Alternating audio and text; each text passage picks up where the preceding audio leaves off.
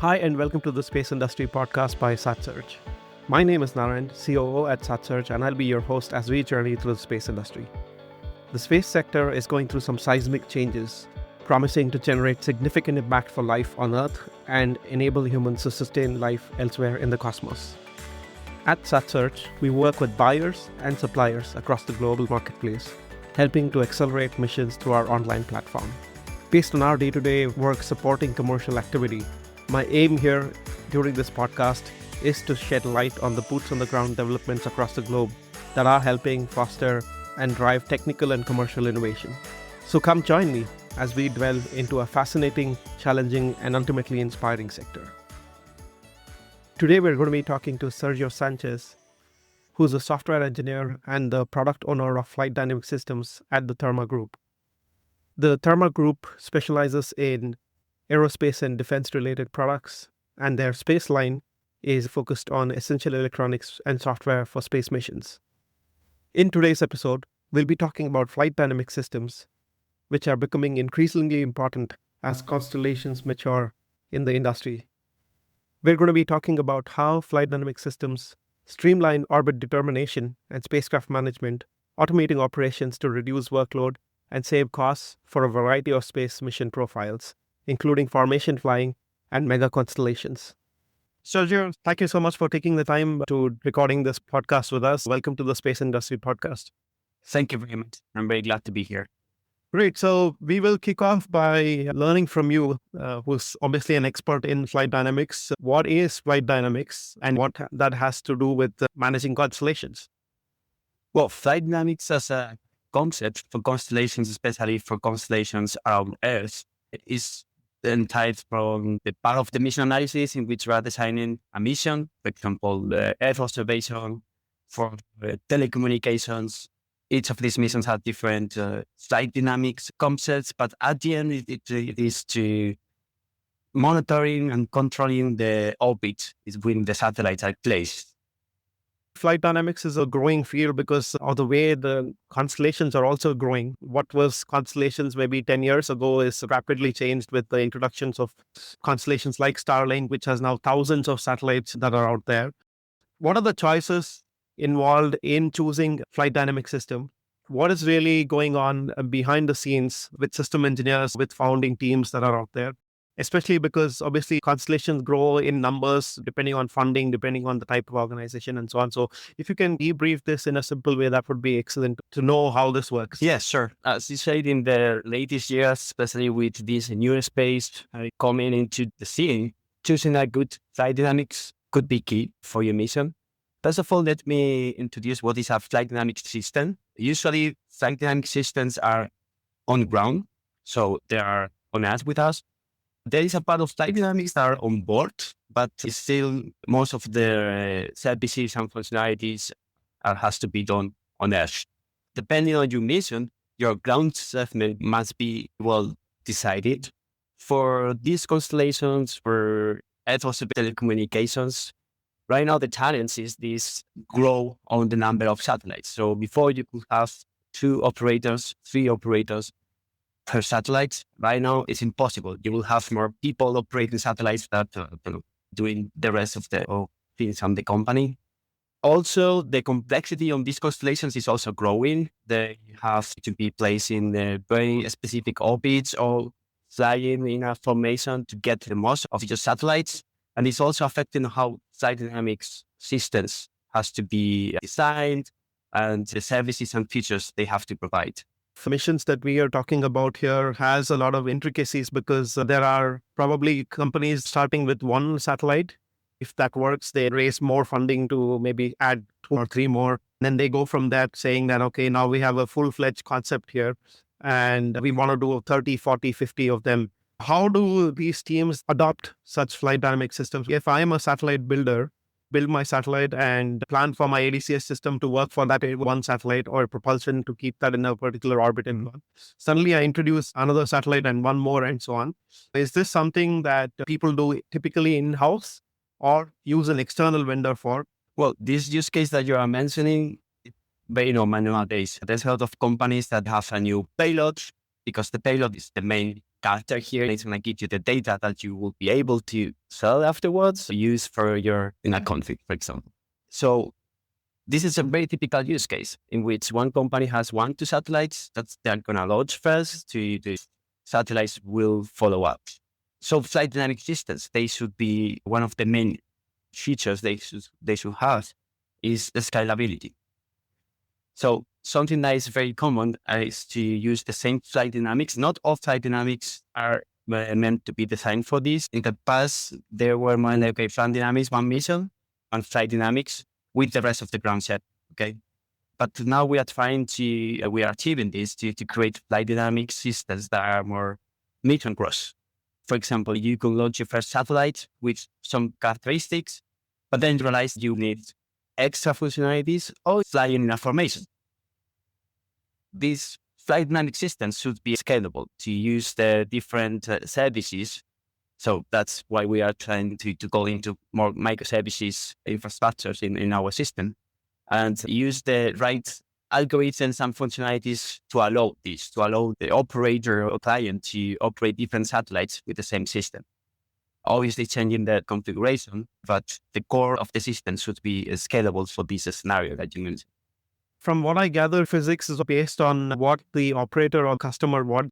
If I am an Earth observation constellation and there is an incident of interest on the ground, I want my satellites to go there and map them as much as possible.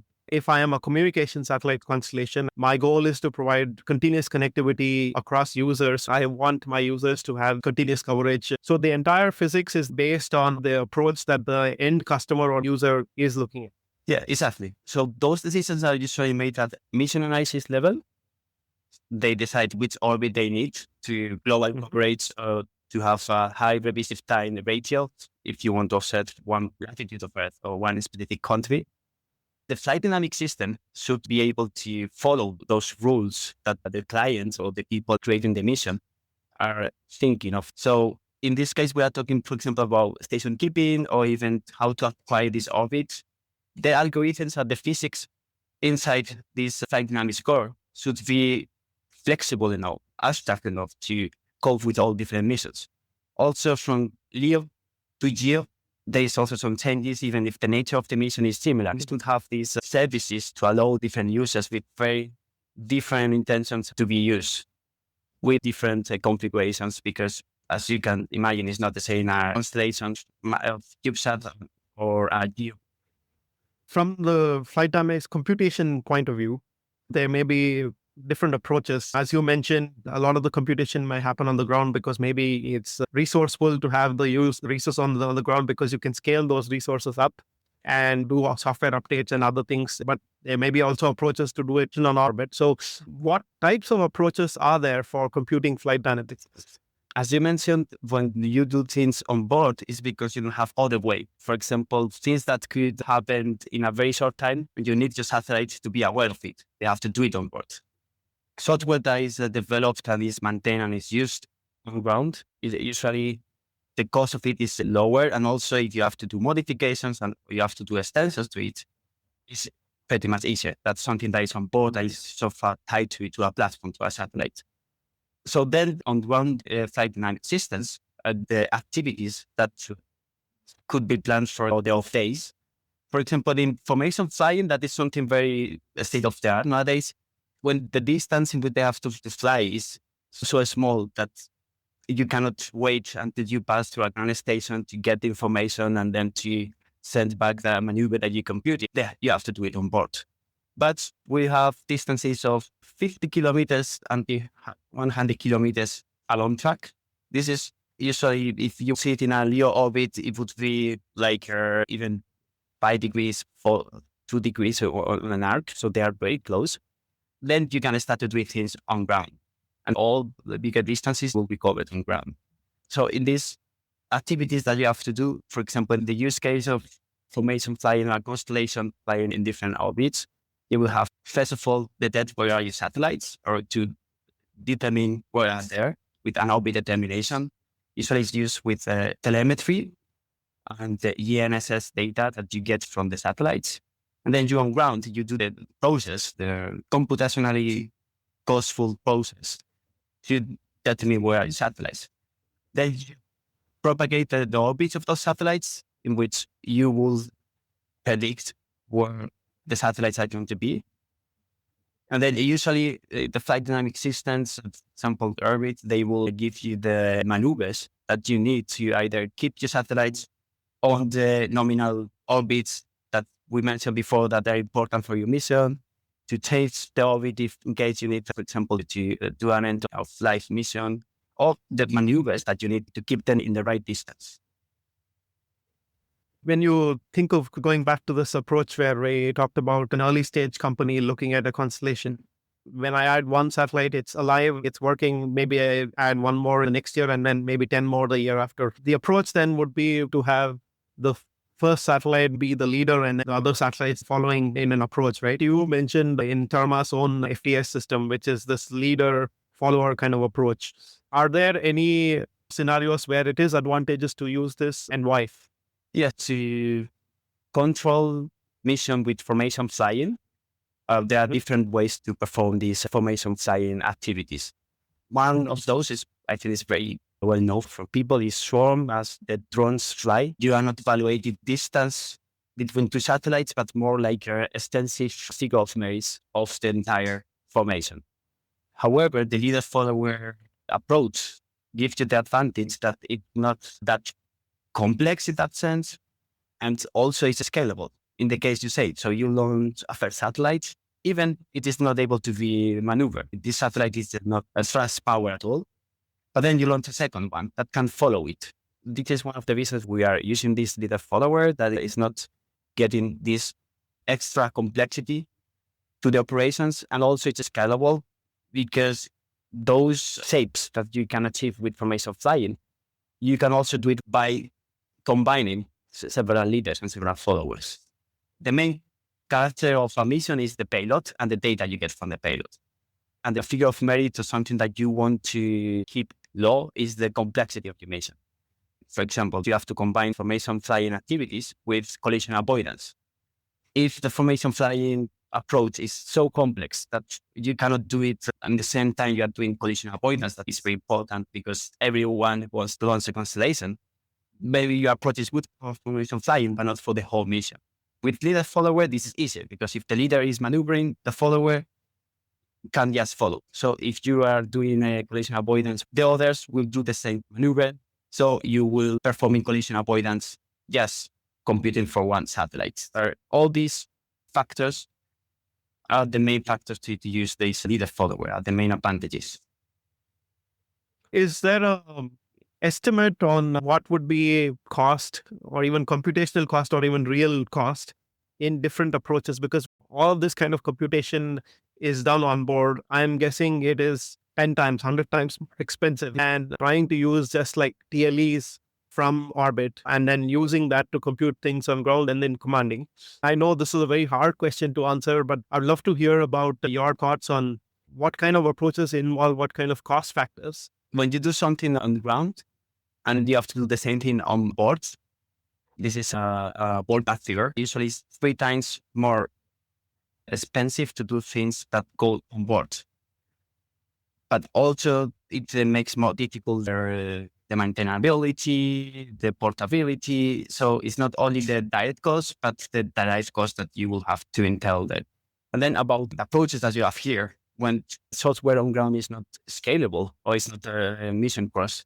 So the cost could be the entire cost of your flight dynamics. If you need a different flight dynamics, then the cost will grow linearly with the size of the constellation. And when you have big constellations, you cannot afford that because then all the money goes on those systems and not on the data processing that at the end is what the main part in which you will get your benefit back. The leader follower approach, I think, is ideal for a lot of the new space scenarios, especially when we are talking about Earth observation, communication, or other types of constellations that are scale according to a phased approach. I don't see a lot of scenarios, especially outside of Elon Musk or Jeff Bezos, where they're investing maybe in 10,000 satellites to having a very tight formation. Otherwise, it seems like from what all you're saying, that a leader follower approach is more oriented towards a typical new space operator. Yeah, exactly. That's why we decided this approach, because our clients, some of them are new space, others are not that new space, but nowadays everyone is doing things as they were a startup. So they do things in parallel, secondary things. Also, the leader is making your life easier because you can easily understand what is happening. It's like two cars, one is following the other. If they are too far, they have to brake. If they are too close, one has to speed, the other have to brake. In new space, this is a very good use case. Also, because it opens up the opportunity to scale up your mission too. For example, you want to artificially grow your swath or have bigger image at the same time. What you can do is launch another satellite, put it closer to the other one, and then maneuvering in the attitude, you can have a bigger image. So you don't need to create a new payload. You can use your own payload. With this formation, you can size up your mission. And this is the approach that can be used in different missions. Even missions that they didn't have cluster, we are working also with missions that they use the relative track to get closer and far. So you will save fuel. You won't need to take a lot for how many delta V are you going to use for formation flying, because you will do it with the geometry of your satellites. The data follow is one of them to achieve all these, no rise of complexity, mission cross, and scalability. I want to think a little bit also from the perspective of companies adopting flight dynamic systems. Let's say I am a new space operator. I launched my first satellite and now have 2 or 3 more on orbit. I have never thought of flight dynamics because I was just trying to get my first satellite working on the second satellite up, right? Is this the typical approach? Because when I am starting a constellation, I'm more worried about the first sets of satellites working. So what is the scenario where companies would start thinking of adopting a flight dynamic system? The follow-up question to that is, how easy is it to come in and adopt a flight dynamic system without having to have planned anything in-house? What happens nowadays, this is my own opinion, my own experience. These companies have a very good idea about their payload or what they're going to do with the data they receive from these satellites. When they start to grow and to get close to the launch date, for example, they forgot that they need to have some kind of collision avoidance functionalities, because otherwise the institutions, they won't let you launch. There are a lot of satellites nowadays, and having too many satellites that are unable to maneuver is going to be a mess in some years. When they are designing their mission, they have this always to give global coverage. When you are in a real environment, especially in LEO, the betting forces are quite high. You need station keeping to stay in that orbit that is going to give you the most of your payload. Otherwise, you will use your payload 20% because you are not in the orbit you thought. You don't revisit the place as many times as you want, or you are able to put global coverage so you don't have all the satellites in view as you need it. For all these problems, you need a flight dynamic system. Some companies don't realize it until it's too late, because nowadays they do things in parallel. Then when they realize they need to have a good orbit determination to know where the satellite is, a good position of the satellite, and also have thrusting capabilities for avoid crashing your satellite or to stay in the design orbit that is going to give you the benefit back. And then at that moment, they realize they need a flight dynamic system. But at the end, all the missions, they need a flight dynamic system. How complex, or if you can have a more basic version of it, is depending on your mission. Problem nowadays, I guess, that many times they don't realize how complex or what is the detail of flight dynamics they need until they are growing their own project. Does the approach change drastically if it is already a very well-planned formation? And in that case, do the operator then design their own FDS or adopt other ones? If they go for formation size, then this is a very complex thing. What they usually do is they try to contact companies as Terma, to do this, because then they are going to need too many people. They won't focus on other parts, like creating the ConOps and the other things they need for operations. So yeah, in this case, when you have complex scenarios, or go to a constellation, even if it is formation flying, just the station keeping and keep track of all these collision avoidance tasks. They need flight dynamics that is being proved in other missions, because if you don't, if you do it from scratch, you don't have validated on mission. So yeah, in this case is when the companies go for a standard flight dynamic system as the one we provide here. Are there any limitations to this kind of leader-follower approach? Maybe even certain upgrades that you want to do for such an approach for a future? So the limitations of this system is not that good when you have a very specific formation shape. So you imagine that you want to create kind of a pyramid or something that is like following a tetrahedral shape. In this case, there are other approaches that are better. One is just to keep its satellite in the vertex and not have a relative distance to them, but to this virtual shape. That would be a case in which you will use directly other approaches. However, it's true that those approaches are more difficult. For example, you have to do operation avoidance with one of the satellites. You have to withhold differently. So you will have to put more things on it and more use cases, scenarios in what if I have to do operation avoidance. The advantage of leader follower is that even if it is not straight thought for these kind of cases, you can use it for these kind of cases.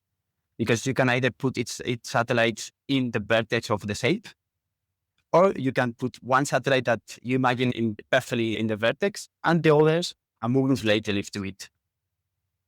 The disadvantage of the leader and follower could be also become the advantage, because if you play with the mathematics, you can use it also for these cases. However, it's not a straight use for the cases. Other disadvantage, but easy to solve because we have done this before, is if you have always one leader and the others are always following the leader, the followers are always consuming and are the ones doing delta V. We have two solutions. One is very basic and easy for operations. You change the roles, you swap the roles within time. So 1 month, one satellite is the leader, then you can change easily just by configuration, which is the leader and one is the follower. When you are computing the maneuvers, you can search delta V. So in the computation of the relative distance, one is the leader or the follower.